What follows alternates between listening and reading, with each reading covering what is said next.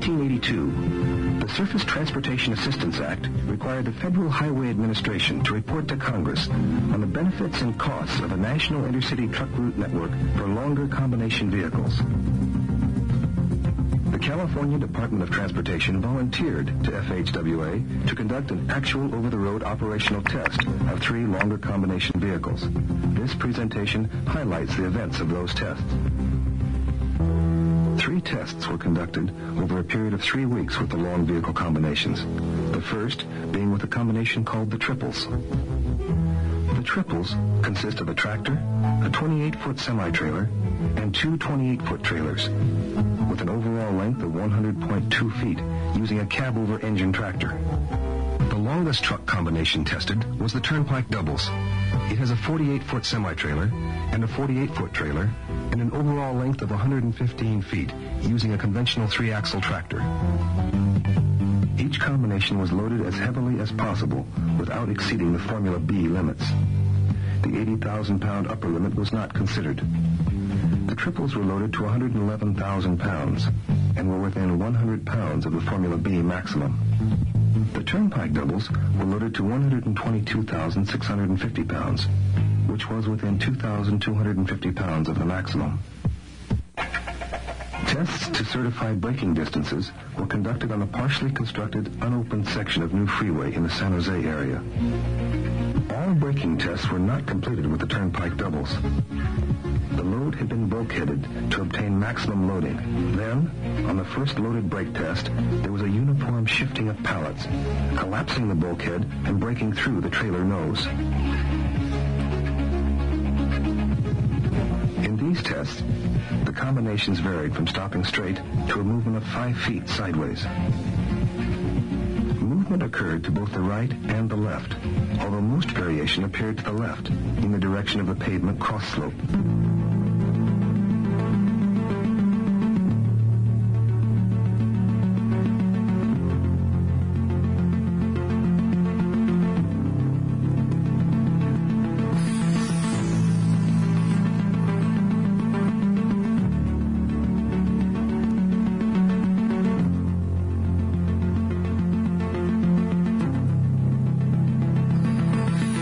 Caltrans offered to conduct the on-the-road operational tests because the state has all the diverse conditions through which long vehicle combinations could potentially operate.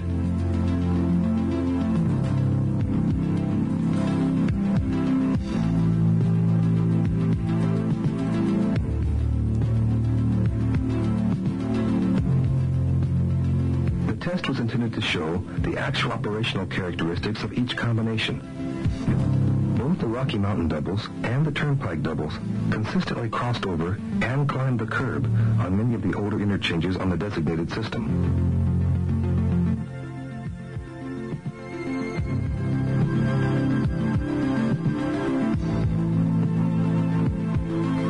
It was not unusual for one tire of each rear dual to ride the top of the curb, with the other tire being suspended in the air.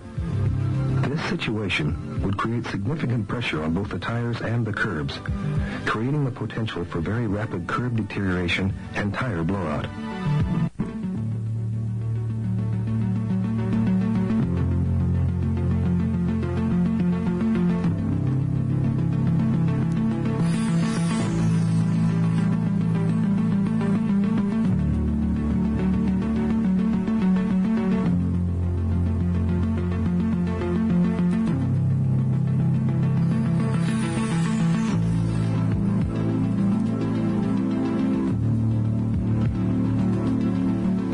Turnpike Doubles had significant problems on existing interchanges and would affect substantial pavement edge maintenance or new facilities design standards far exceeding those existing today.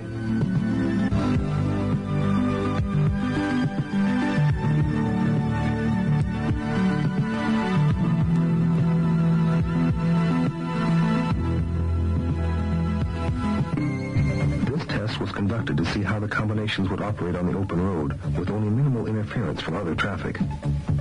The biking driver was instructed to drive normally. All level open road tests were run at 55 to 60 miles per hour. The operation of the triple trailers over the open road produced some of the more notable results of the test. There were were extended periods of constant whip and sway. The sway effect produced a constant 4 to 6 inch total sideways displacement movement of the middle portion of the trailer combination. The trailer combination had a sine wave, or serpentine appearance, with maximum movement occurring between the second and third trailers. There was generally little apparent sideways movement of the rear of the third trailer. The serpentine action was particularly noticeable on I-580 and I-5. This 125-mile stretch of freeway consists of a modern design standard 4-lane freeway in rolling or flat terrain in totally rural areas. There was no noticeable wind, minimal traffic, and no apparent physical deficiencies of the roadway. The loaded trailers were in a constant serpentine movement during the run of this entire segment. There were times when there was no sway movement of the trailers. However, it is estimated that some sway occurred for over 75% of the total mileage of the test. At times, the whip and sway motion approached the 8 to 12 inch sideways motion for extended periods of time. There were also isolated incidents where the sway greatly exceeded 1 foot and approached the 3 to 4 foot range. There was considerable speculation about what could be done to eliminate the problem, with little success, but it was agreed that it was important enough to be investigated thoroughly. The Turnpike doubles, and to some extent the Rocky Mountain doubles, had some difficulty entering and exiting the Viking Yard in Modesto. The facility is on Crow's Landing Road, a 4-lane arterial, with a striped dual left turn lane and a curbed 30-foot wide entrance and exit.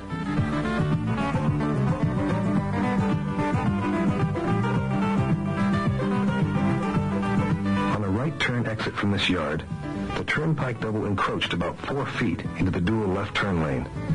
This required stopping the traffic on Crow's Landing Road so the vehicle could make the turn. It is doubtful that the combination could make this move safely without considerable waiting for a traffic opening.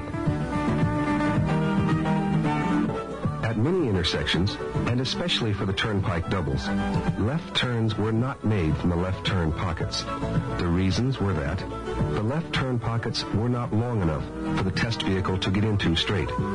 There was usually another vehicle in the pocket, which further reduced the amount of space, and the driver generally needed all the room he had available. Turnpike doubles required 2 full lanes. This encroachment would usually result in waiting for the truck or the other traffic. The possibility also exists for potential damage to curbs, signs, and signals at intersections, or traffic being caught between the long combination and other fixed objects. Speed measurements were made on 2 grades to test the long combination's hill climbing ability. The slow speed, along with the number of trucks traveling over the grapevine, produced a potential problem area. Normal operation is when the slower trucks use the far right lane. Then the faster trucks use the lane left of that one to pass, and the autos have the inside 2 lanes for the same maneuvers. But the long combinations were so slow that even the slow conventional trucks had to pass them. When this happened, the faster trucks took one of the lanes usually reserved for the automobiles, leaving the cars with only 1 lane. This condition substantiates the need for a reasonable minimum speed on these grades. The long combinations were also observed going down the 6% grapevine grade. With both the triples and the Turnpike doubles, there was considerable smoking of the brakes. However, there was never a loss of brakes. A variety of conclusions can be made when comparing the longer combination vehicles with other existing 5-axle trucks. There were generally some very apparent differences between the long combinations and standard combinations. The more prominent problem with the triples, which could prevent their universal operation, was the constant whip and sway, which could create problems in dense traffic conditions. The Turnpike doubles also proved very stable on the open road, but were even less maneuverable than the Rocky Mountain doubles. They could not successfully negotiate some interchanges within the confines of the roadway. This again would result in pavement and sign damage, even more severe than with the other combinations. The handling and maneuvering problems were even more magnified off the freeways in the urban areas. It is probable that special provisions may be needed for long vehicle combinations.